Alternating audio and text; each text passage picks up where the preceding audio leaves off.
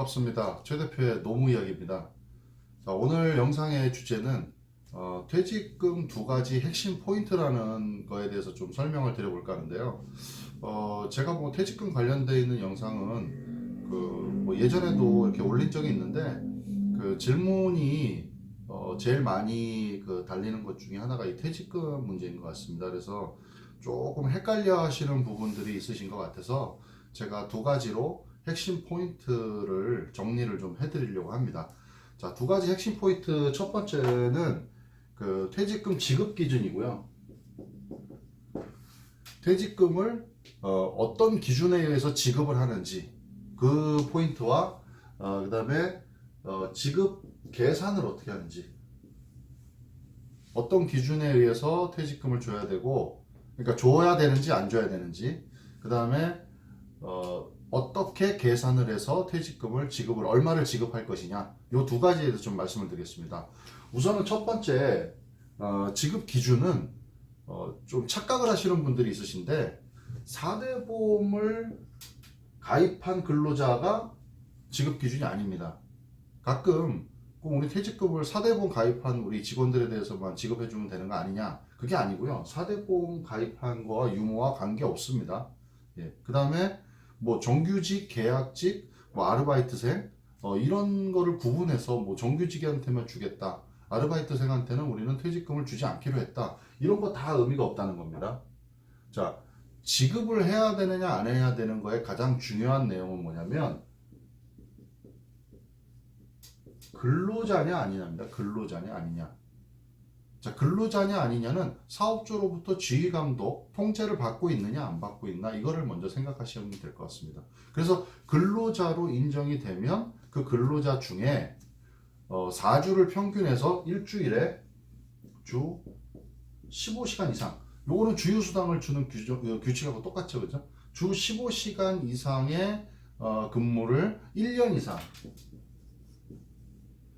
이상 근무를 했다면 그분한테는 그 직원이 나갈 때는 퇴직금을 지급을 해준다는 겁니다. 자, 4대 보험이나 뭐 근로의 형태는 상관없다.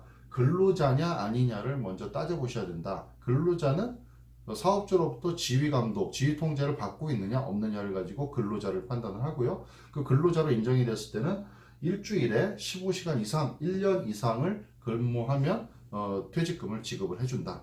자, 그 다음에 여기에서 우리가 이제 좀 체크를 해보셔야 될 게 하나 있는데, 자, 5인 이상 사업장과 5인 미만 사업장, 이 두 가지에 대해서 좀 구분을 좀 하셔야 될 것 같아요.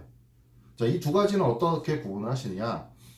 제가 지금 요 뒤에 말씀드릴 그 기간에 5인 미만이었느냐 이상이었느냐, 일단 그걸 따져보셔야 될 것 같아요. 그 기간은 언제냐면요, 2010년 12월 1일, 그 다음에 2012년 12월 31일, 요 두 가지의 날짜를 좀 기억을 하시면 좋을 것 같습니다. 자, 그러면 구간이 여기랑 그 다음에 여기, 그래서 A 구간, B 구간, C 구간, 이렇게 구간이 좀 나눠지게 되거든요.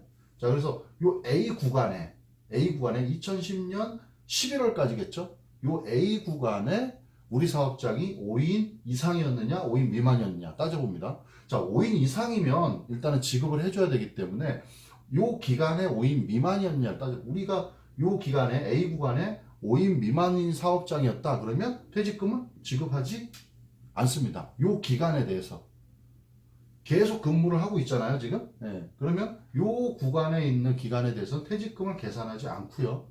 자, B 구간, 이 근로자가 B 구간에 근로를 했다. 그러면 우리 회사가 5인 이상이냐 5인 미만이냐.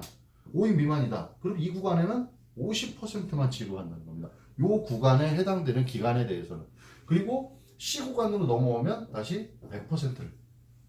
자, 그러니까 5인 미만 사업장은 원래는 퇴직금을 주지 않다가요, 중간에 50%를 지급해주는 구간이 있고 그 다음에 100% 지급해주는 구간이 있는 거죠. 그 구간별로 별도로 계산을 해서 그 금액을 같이 더하셔야 된다는 거죠. 퇴사하는 그 시점에 우리가 5인 이상이냐 5인 미만이냐 이게 아니고요, 그 구간별로 A 구간이냐 B 구간이냐 시간, 그분이 근무했던 그 구간 안에가 5인 미만이다 우리 사업장이, 그러면 안 줘도 되고 50% 주고 100% 주고 이렇게 되는 거죠. 요거를 좀 헷갈려 하시는 분들이 있어 제가 좀 자세하게 설명을 드리는 겁니다. 자, 다음 두 번째는요. 자, 두 번째는 계산을 어떻게 하느냐. 퇴직금 계산을 어떻게 하느냐. 자, 퇴직금 계산은요. 평균 임금이라는 얘기 많이 들어보셨죠? 평균 임금. 자, 평균 임금이라고 하면 저 이제 그 우리가 회사에서 지급하는 그 임금의 항목이 이게 평균 임금에 들어가느냐 빠지느냐는 또 별도의 또 디테일한 부분이기 때문에 그 부분은 좀 넘어가고 일단 평균 임금이라고 하면 지급한 금액 전체를 다 얘기한다고 보시면 될 것 같아요. 이게 통상임금하고 약간 이제 구분하셔야 되는데 일단은 좀 쉽게 평균 임금은 지급한 금액의 총액을 얘기한다. 그리고 3개월치, 직전 3개월치 지급한 임금의 총액. 근데 그거를 다시 일할 계산한다. 일할. 다시 쉽게 말씀드리면 일당으로 계산한다는 거죠. 일당. 하루. 요게 평균 임금입니다. 요게. 퇴사 직전 3개월에 총 받은 급여를 일당으로 계산해서 하루분의 임금을 만들어서 그게 평균 임금이라는 거죠. 그 평균 임금을 계산할 때 우리가 직전 3개월이라고 했잖아요. 직전 3개월. 근데 이 직전 3개월이 이제 퇴사하는 시기에 따라 조금 차이가 나죠. 그래서 만약에 2월 달이 끼어 있는 그 달에 만약에 들어가면 뭐 최저 89일에서 92일까지 이렇게 날짜로 따지면 그렇습니다. 3개월이라고 하니까. 자, 그러면은 거기에 그 다음에 계산할 때는 이 임금 일당 임금에다가 30일분 퇴직금은 이제 30일분을 주는 거기 때문에 30을 곱합니다. 그리고 계속 근로일 이분이 계속 근로했던 날짜 거기다가 365를 나누면 그게 퇴직금이 되는 거죠.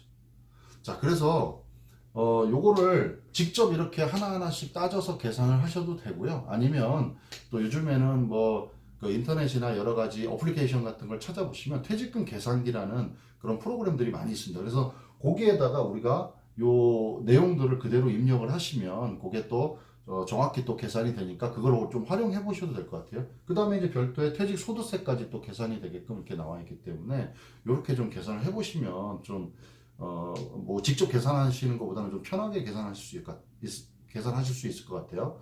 자, 그래서 오늘은 뭐 퇴직금 관련해서 여러 가지 뭐 각자의 그 사업장별로 상황과 뭐 어떤 게 평균 임금에 들어가냐 빠지냐 이런 것들 따질 수 있지만 가장 기본적으로 두 가지만 좀 기억을 하시면 좋을 것 같습니다. 먼저 퇴직금을 지급하는 기준, 퇴직금 지급하는 기준은 아까 말씀드렸듯이 어떻다라는 거. 그 다음에 두 번째는 퇴직금을 얼마를 지급해야 되느냐 하는 그 공식까지 좀 기억을 하시면 퇴직금에 관해서는 그래도 뭐 아주 뭐 디테일하고 그런 내용 아니고서는 좀 뭐 웬만한 것들은 다 계산하시고 뭐 어떻게 줘야 되는지 말아야 되는지를 판단하실 수 있을 것 같습니다. 자, 오늘은 퇴직금 관련해서 두 가지 핵심 포인트를 좀 정리를 해드렸습니다. 영상이 도움이 되셨으면 최 대표의 노무 이야기 구독 및 좋아요 부탁드리겠습니다. 감사합니다.